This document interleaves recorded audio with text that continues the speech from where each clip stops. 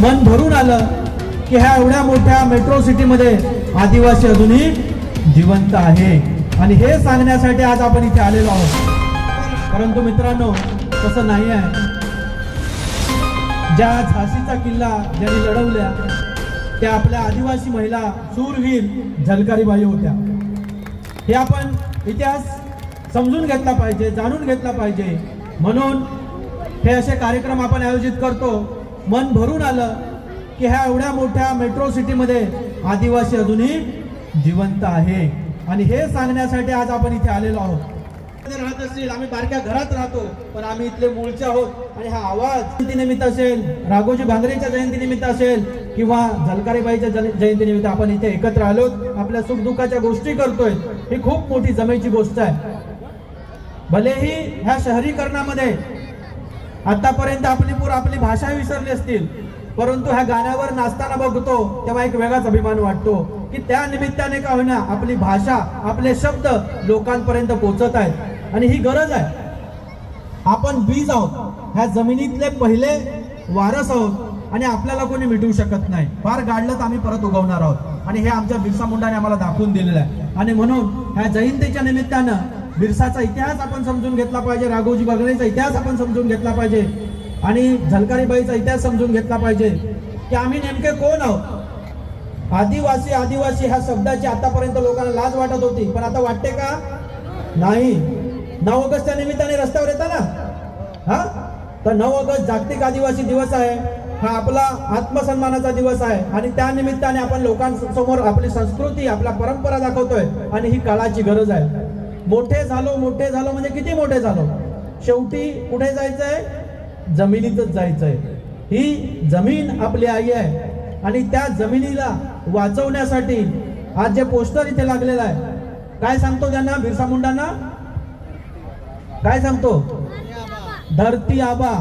काय सांगतो? धरती आबा। ह्या जमिनीचा बास, ही जमीन आमची आहे।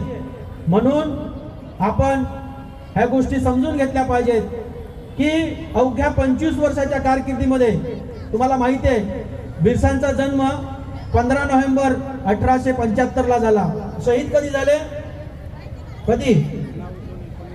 9 जून 1900। फक्त अवघी 25 वर्ष त्यांना जीवन मिळालं आणि ह्या 25 वर्षामध्ये जी त्यांनी क्रांती केली हे जगामध्ये कोणी एवढी मोठी क्रांती केलेली नाही। आणि म्हणून हा इतिहास आपल्याला पुन्हा आठवायचा आहे। ज्या बिरसा मुंडाने भीक मागू नका, चोरी करू नका, सत्य बोला, माणूस हा क्रियाशील असला पाहिजे। जो माणूस काही काम नाही करत, आमच्याकडे काय सांगतात त्याला? थेंबूड। तुम्ही काय सांगता?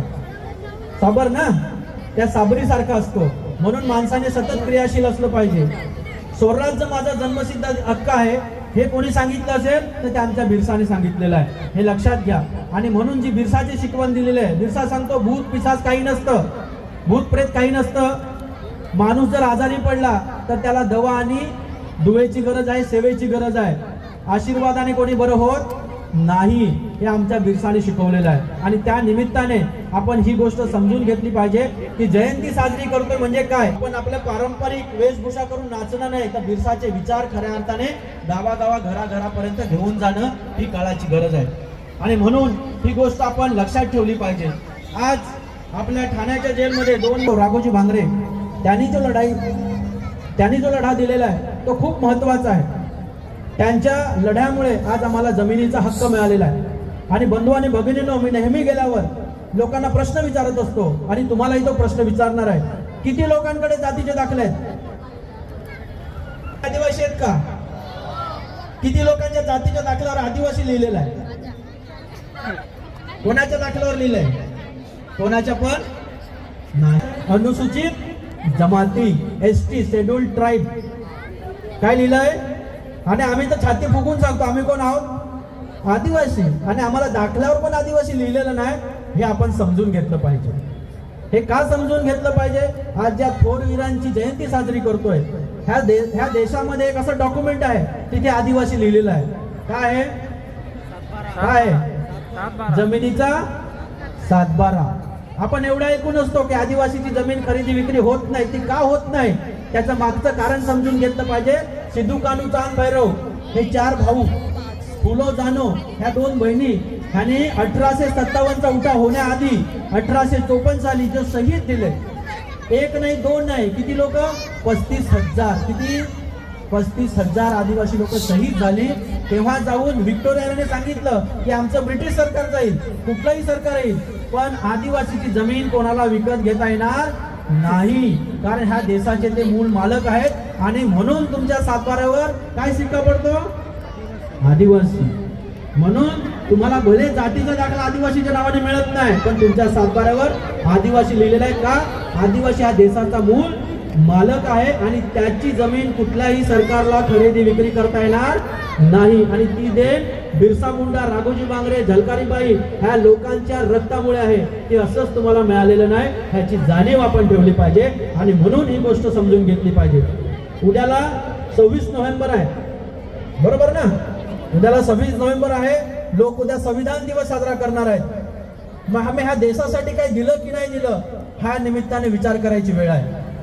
कारण ह्या देशामध्ये 74 बंड झाली, त्यापैकी 72 बंड, सशस्त्र बंड कोणी केले, आदिवासीने केलेले आहेत. हे योगदान आपलं आहे, म्हणून आपली लढाई अजून अपूर्ण आहे. आणि म्हणून मी खुल्या मंचावर सांगतो, 9 ऑगस्ट आम्ही जागतिक आदिवासी दिवस साजरा करतो, परंतु आम्हाला ह्या देशाचे पंतप्रधान असतील, राष्ट्रपती असतील, पण शुभेच्छा देत नाही. हे आमचं दुर्दैव आहे. इतर धर्मासाठी तुम्ही शुभेच्छा देता, आपण आमच्या धर्मासाठी शुभेच्छा देत नाही. हा तमाम पब्लिकने विचार करायची गरज आहे का आम्हाला शुभेच्छा का दिल्या जात नाही, ह्याचा विचार करायची वेळ आहे. आणि म्हणून उद्या जरी संविधान दिवस साजरा करत असले तरी पण आमच्या लोकांचं योगदान, बलिदान विसरता येणार नाही. जे काही आपल्या जयपाल सिंग मुंडाने केलेलं आहे, जे काही आपल्या बिरसा मुंडाने केलेलं आहे, ते आपण विसरून चालणार नाही. म्हणून मी तुम्हाला पुन्हा आठवण करून देतो की आमच्या संविधानामध्ये आदिवासी शब्द लिहिला गेला नाही, त्याची मागणी झाली अशातला भाग नाही, मागणी झाली. जयपाल सिंग मुंडाने ठासून सांगितलं की आम्हाला ह्या भारत स्वतंत्र होत असताना तुम्ही आम्हाला काय देणार आहात, आम्हाला दुसरा काही देऊ नका, आम्हाला काय शब्द द्या, आदिवासी शब्द दिला, आदिवासी शब्द द्या, परंतु आम्हाला आदिवासी शब्द दिला गेला नाही.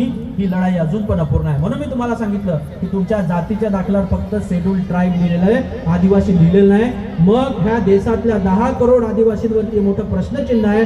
म्हणून ह्या जयंतीच्या निमित्ताने आपला इतिहास आपण आठवला पाहिजे, आपला भूगोल आपण समजून घेतला पाहिजे.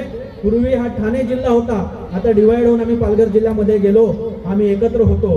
आता आम्हाला मजबुरी का होणार ते लिहावं लागतं पालघर जिल्हा, पण ह्या देशातला आदिवासी एक आहे. आणि ही जे एकीची ताकद आपण बनवली तर थोडे थोडके नाही तर आपण 10 करोड आदिवासी या देशामध्ये राहतो. आणि म्हणून मी ही माझी म्हणणं आहे की आम्हाला पण ह्या देशाच्या पंतप्रधानाने, ह्या देशाच्या राष्ट्रपतीने 9 ऑगस्ट जागतिक आदिवासी दिनाच्या शुभेच्छा दिल्या पाहिजेत का नाही, मागणी करणार ना. आणि आम्हाला ठाणे पालघरमध्ये आम्ही थोडं जास्ती संख्येने म्हणून आम्हाला सुट्टी दिली जाते.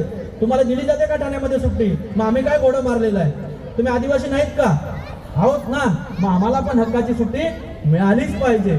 जसं मी लोकांना सांगतो, तुम्ही ईद साजरी करता का, नाही ना, ख्रिसमस साजरा करता, पतिती साजरी करता, नाही, सुट्टी घेता का नाही, सुट्टी घेता ना, जी राष्ट्रीय सुट्टी असते, बरोबर ना. मग आम्हाला पण असं वाटतं की एक दिवस जागतिक आदिवासी दिवसाची सुट्टी इतर समाजाला पण दिली गेली पाहिजे का नाही.